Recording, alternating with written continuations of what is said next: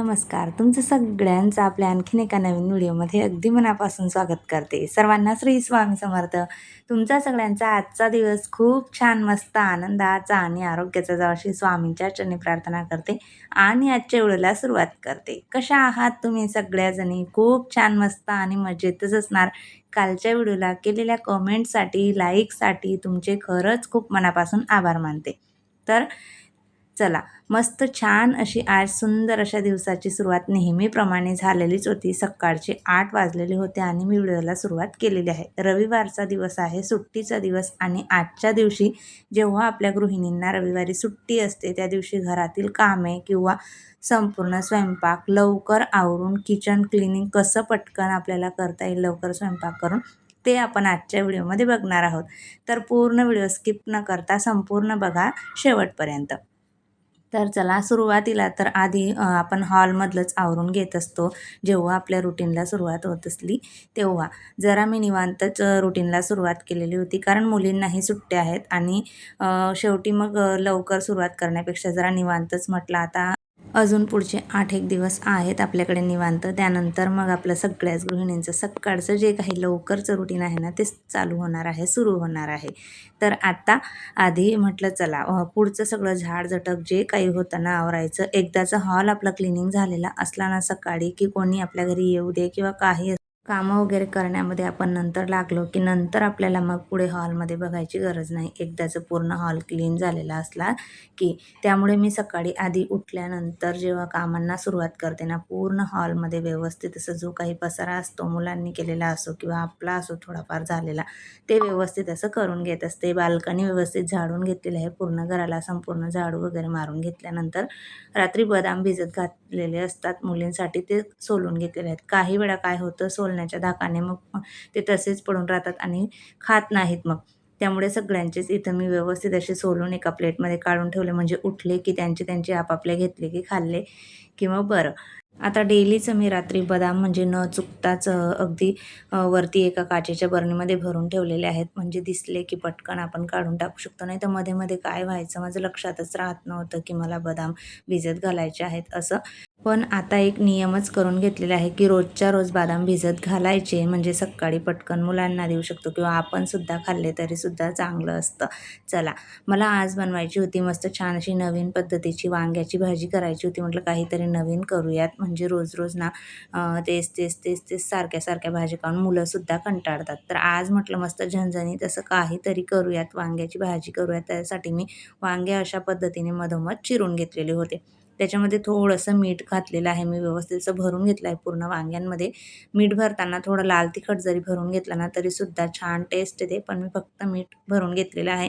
नंतर कढईमध्ये मग थोडंसं नॉर्मल तेल टाकलेलं आहे आणि त्याच्यामध्ये हे वांगे मस्त छान असे परतवून घेणार आहे. चांगले व्यवस्थित असे अर्धवट 50% तरी ते वाफले जातील ना, अशा पद्धतीने मी त्यांना असे वाफवून घेतलेले होते.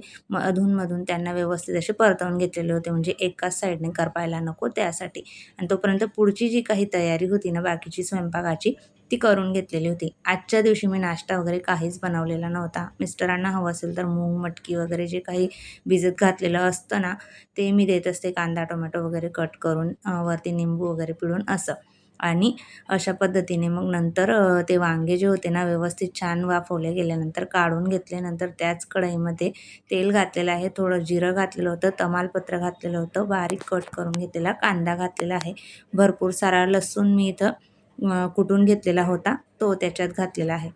त्यानंतर एक टोमॅटो मी बारीक कट करून घेतलेला होता, तो त्याच्यात व्यवस्थित असा परतवून घेतला आणि मग आपले जे काही मसाले असतात बेसिक रोजचेच, ते हळद, लाल तिखट, धना पावडर, थोडा गरम मसाला आणि किचन किंग मसाला छान व्यवस्थित असं मस्त असा मसाला पूर्ण परतवून घेतला. थोडं पाणी घातलेलं आहे याच्यामध्ये आणि झाकण ठेवून 2 ते 3 मिनटं फक्त हे आपला टोमॅटो जो आहे ना व्यवस्थित छान पूर्णपणे असा ग्रेव्हीसारखा होऊन जाईल ना याच्यामध्ये, तोपर्यंत शिजवून घेतलेला होता. जर आपण तुम्हाला टोमॅटोची पेस्ट करून टाकायची असेल ना तरीसुद्धा तुम्ही टाकू शकतात. इतकी छान आणि मस्त होते ना ही भाजी, घरातले अगदी चाटून पुसून खातील, इतकी आवडीने खातील ना. तुम्ही जर अशा पद्धतीने कधी बनवलेली नसेल तर एकदा बनवून बघा, कारण माझ्या घरात तरी सगळ्यांना खूपच जास्त आवडली.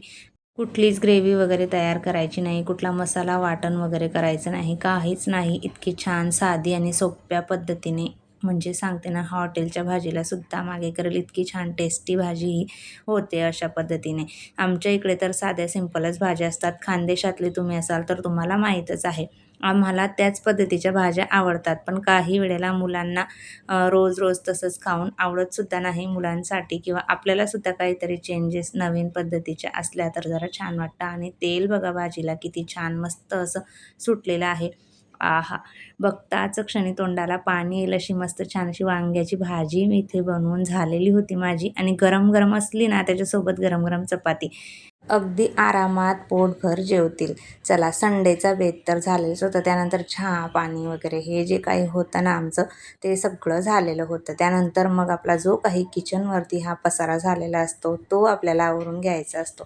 स्वयंपाक करताना मध्ये-मध्ये जर आपण पूर्ण व्यवस्थित असं आवरून घेत असतो ना, तेव्हाच्या तेव्हा थोडाफार पसारा जसं की कांद्याचे छिलके वगैरे, लसूण सोललेला असतो, एखादी भाजी चिरलेली असली, तर तो जर आपण वेळच्या वेळी व्यवस्थित असा एखाद्या प्लेटमध्ये काढून किंवा डस्टबिनमध्ये टाकत असलो, तर किचन ओट्यावरती जास्त पसारा होत नाही स्वयंपाक करताना. किंवा आपल्या मसाल्याचा जो काही डब्बा असतो ना, तो लगेच आपलं काम झालं की पुसून वगैरे व्यवस्थित ठेवून दिला की मग तोही स्वच्छ राहतो किंवा किचन ओट्यावरती पसारा होत नाही. जी भांडी वेळच्या वेळी निघत राहिली, ती पटापट आपण बेसिनमध्ये ठेवत गेलो किंवा भाजी बनवून झालेली असली, ती एखाद्या बाउलमध्ये काढून घेणं म्हणजे नंतर जेवण वगैरे झाल्यानंतर जास्त काही भांड्यांचा पसारा राहत नाही. किचन ओट्यावरती भांड्यांचा पसारा दिसत नाही असं. अशा छोट्या-छोट्या ज्या काही टिप्स असतात म्हणजे ज्या काही सवयी असतात ना, त्या आपण स्वतःला लावून घेतल्या तर किचन क्लीनिंग करताना आपल्याला जास्त उशीर लागत नाही. पटकन आपली किचनची क्लीनिंग होऊन जाते. आणि तुमच्याकडे यापेक्षाही अजून काही किचन क्लीनिंगच्या टिप्स असतील ना, तर मला कमेंट करून नक्की सांगा. आठवड्यातून एखाद्या वेळेस गरम पाणी जर आपण आपल्या सिंकमध्ये टाकून दिलं ना, तर पाईपाचा वास वगैरे येत नाही.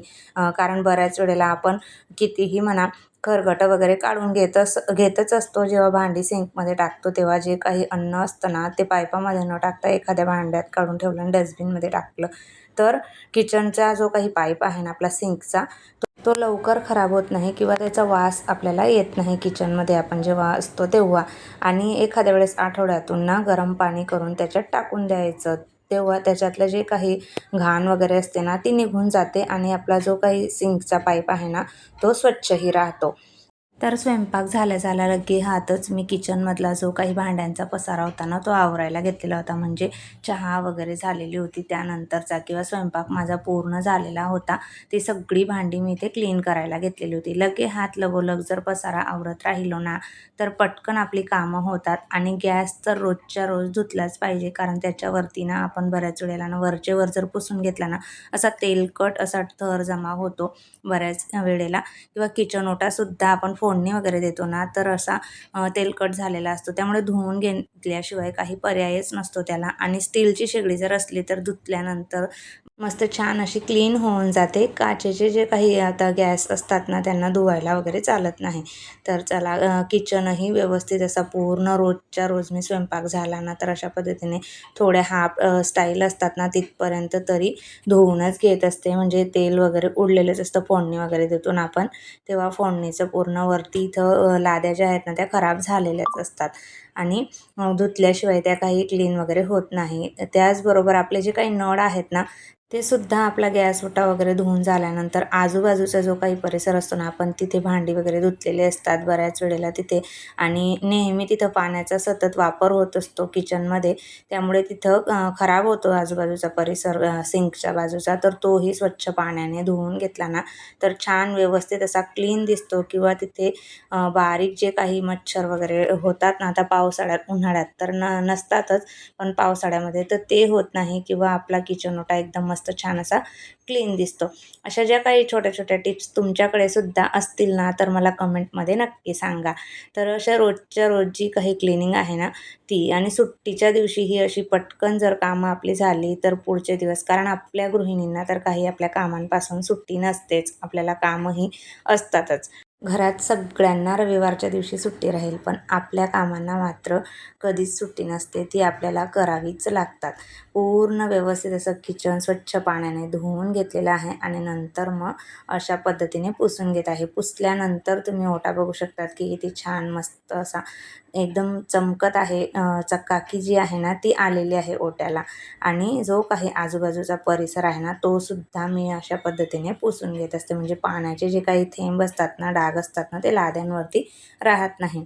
त्याचबरोबर जे आपलं माठ असतं ना ते सुद्धा मी हे सगळं करायच्या आधीच भरून घेत असते. कारण नंतर परत आपला किचन ओटा ओला वगैरे होऊ नये त्यासाठी माठही मी आधी स्वच्छ धुवून वगैरे सकाळीच किंवा रात्रीच्या वेळेस स्वच्छ धुवून भरत असते. म्हणजे जसं त्याच्यातलं पाणी संपलेलं असतं ना त्या पद्धतीने करून घेत असते. एकतर सकाळीच नाही तर संध्याकाळी. कारण आता उन्हाळा असल्यामुळे दुपारच्या वेळेला खूप गरम पाणी नळांमध्ये सुद्धा येत असतं. त्यामुळे एकतर सकाळी नाहीतर रात्रीच्या वेळेस माठ स्वच्छ धुवून भरून ठेवत असते. चला, एका साईडचा किचन ओटा झाला म्हणजे दुसऱ्या साईडलाही आता असा सर्व्हिस प्लॅटफॉर्म असतो, तोही रोजच्या रोज क्लीन करून घ्यावा लागतो. जरी या साईडला स्वयंपाक वगैरे नसला ना तरी बराचसा पसारा या ओट्यावरती पण होत असतो बरं का. कारण काही वस्तू आणली की ठेवली तिथे असं बऱ्याच वेळेला होतं. तर ती वेळच्या वेळी जागेवरती ठेवली गेली तरच ठीक, नाही तर इथं सुद्धा पसारा व्हायला काही टाईम लागत नाही. खूपच जास्त पसारा इकडे सुद्धा होऊ शकतो. तर तोही रोजच्या रोज ह्या साईडचा ओटा व्यवस्थित छान क्लीन झाला की इकडच्या साईडच्याही जिथल्या तिथं वस्तू वगैरे ठेवून हा ओटा पण एकदा पुसून घेत असते. म्हणजे छान व्यवस्थित असं दिसेल. आणि ओव्हन मला हे काढूनच टाकायचं आहे म्हणजे मोकळा व्यवस्थित दिसेल, कारण त्याचा वापर मला काही होत नाही. चला, मस्त असा किचन आपला पूर्णपणे आवरून झालेला आहे आणि किती मस्त छान असं क्लीन किचन असलं ना की जरा खूप छान मस्त असं बघायला सुद्धा छान वाटतं. कारण आपल्या गृहिणींचं आवडतं जे काही ठिकाण आहे ना ते म्हणजे आपलं किचनच असतं. तर ते आता इथे पूर्ण व्यवस्थित असं क्लीन करून झालेलं आहे. चला ताईंनो, आवरून झालेलं आहे. किचन वगैरे सगळं काही क्लीन झालेलं आहे. घड्याळ बघा 11 वाजलेले आहेत. बॅक कॅमेऱ्याने दाखवते तुम्हाला. 11 वाजलेले आहेत. तोपर्यंत सगळी कामं झालेली आहेत. आता फक्त लादी राहिलेली आहे. पटकन लादी वगैरे पुसून घेते आणि तिथून पुढे मग जेवण, त्यानंतर मग आपलं एडिटिंगचं काम चालेल. एडिटिंगचं झालं की परत अजून छोटं मोठं काही राहिलेलं असेल ते सगळं असं दिवसभराचं काही ना काही रुटीन जे आहे ते चालू राहील. तर असं संडेच्या दिवशी ना सकाळी जरा लवकर स्वयंपाक झालेला असला की जरा आपल्यालाही थोडा आराम, नाही तर 2-3 वाजेपर्यंत 30 कामं करत बसा. पूर्ण वेळ आपला त्याच्यामध्ये जातो ना आपण काही करू शकत, जरा एक्स्ट्राचं काही काम वगैरे किंवा स्वतःसाठी वेळ काढू शकत. पूर्ण दिवस स्वयंपाक, पाणी वगैरे किचनमध्येच असा आपला संपूर्ण दिवस जातो. तर असं लवकर जर झालेलं असलं तर मग आपल्याला जरा कामं झालेली असली की बरं वाटतं आणि कामं बाकी आहेत हे जे दडपण आहे आपल्या मनावरती राहिलेलं तेही राहत नाही. तर चला आता लागते परत कामाला. खूप गरम होते, अजून 11 वाजलेले आहेत तरीसुद्धा. तर चला आता आवरते. कामं तर माझी पूर्ण झालेली होती. फक्त मला लादीच तेवढी माझी पुसायची राहिलेली होती. 11 वाजलेले होते. तुम्हाला व्हिडिओमध्ये मी दाखवलेच. पण तेवढ्यात मला आठवलं हा जो काही ड्रॉवर आहे ना, हा बऱ्याच वेळेला मी तुमच्यासोबत शेअर करत असते. महिन्यातनं 1.5-2 महिन्यातनं मला हा क्लीन करून घ्यावा लागतो. कारण हा जो ड्रॉवर आहे ना, हा मी इथे म्हणजे समोरचाच असल्यामुळे आम्ही इथं जे काही पेपर वगैरे बरेचसे आपले लाईट बिलं वगैरे टॅक्स पावती काही ना काही आपलं येत असतं घरामध्ये. असेच जे महत्त्वाचे काही पेपर असतात थोडेफार, कुठल्या बिलं वगैरे काही असतात, तर ते ठेवण्यासाठी मी हा स्पेशल एक बॉक्स करून घेतलेला आहे. आणि यांचं काही थोडंफार सामान याच्यामध्ये असतंच. म्हणजे आल्यानंतर त्यांचं काही पॉकेट वगैरे, पेन, काही वॉच वगैरे असं ठेवण्यासाठी हे ड्रॉवर जे आहे ना ते मी स्पेशल इथं ठेवलेलं आहे. कारण काही वेळा काय होतं, फ्रीजवरती तो पसारा असायचा. त्यासाठी मी एक स्पेशल ही जागा निवडूनच ठेवलेली आहे. तर ते मला अधूनमधून अशा पद्धतीने क्लीन करून घ्यावे लागते. म्हणजे त्याच्यातलं जे काही महत्त्वाचे पेपर असतील ते ठिकाणावर व्यवस्थित ठेवून द्यायचे जिथल्या तिथं, किंवा जे एक्स्ट्राचे कागद वगैरे असले ना ते व्यवस्थित असे आवरून ठेवायचे आणि ज्या डायऱ्या वगैरे जे काही आहे ते अशा पद्धतीने रिमोट वगैरे हेडफोन्स हे इथं असतात आमचे, तर ते व्यवस्थित असं आवरून घेतलेलं होतं. त्यानंतर मग बाकीची कामं झाली आणि स्वयंपाकाची वेळ आणि भाजी तुम्ही बघू शकतात की किती छान दिसत आहे. तर जेवणाचं ताट वाढलेलं होतं. म्हटलं चला तुमच्यासोबत शेअर करूया. चला ताईंनो, असं संडेच्या दिवशी माझं साधं सिंपल जे काही किचन क्लिनिंगच्या टिप्स वगैरे होत्या त्या मी तुमच्यासोबत शेअर केलेल्या आहेत. पटकन 12 वाजेपर्यंत पूर्ण कामं झालेली होती आणि इथून पुढचा वेळ फक्त आणि फक्त आपल्या गृहिणींचाच. चला, कसा वाटला आजचा व्हिडिओ ते कमेंट करून नक्की सांगा. नेहमीप्रमाणे तुम्हाला व्हिडिओ आवडला असेल तर लाईक करा, शेअर करा, हाईपही करा.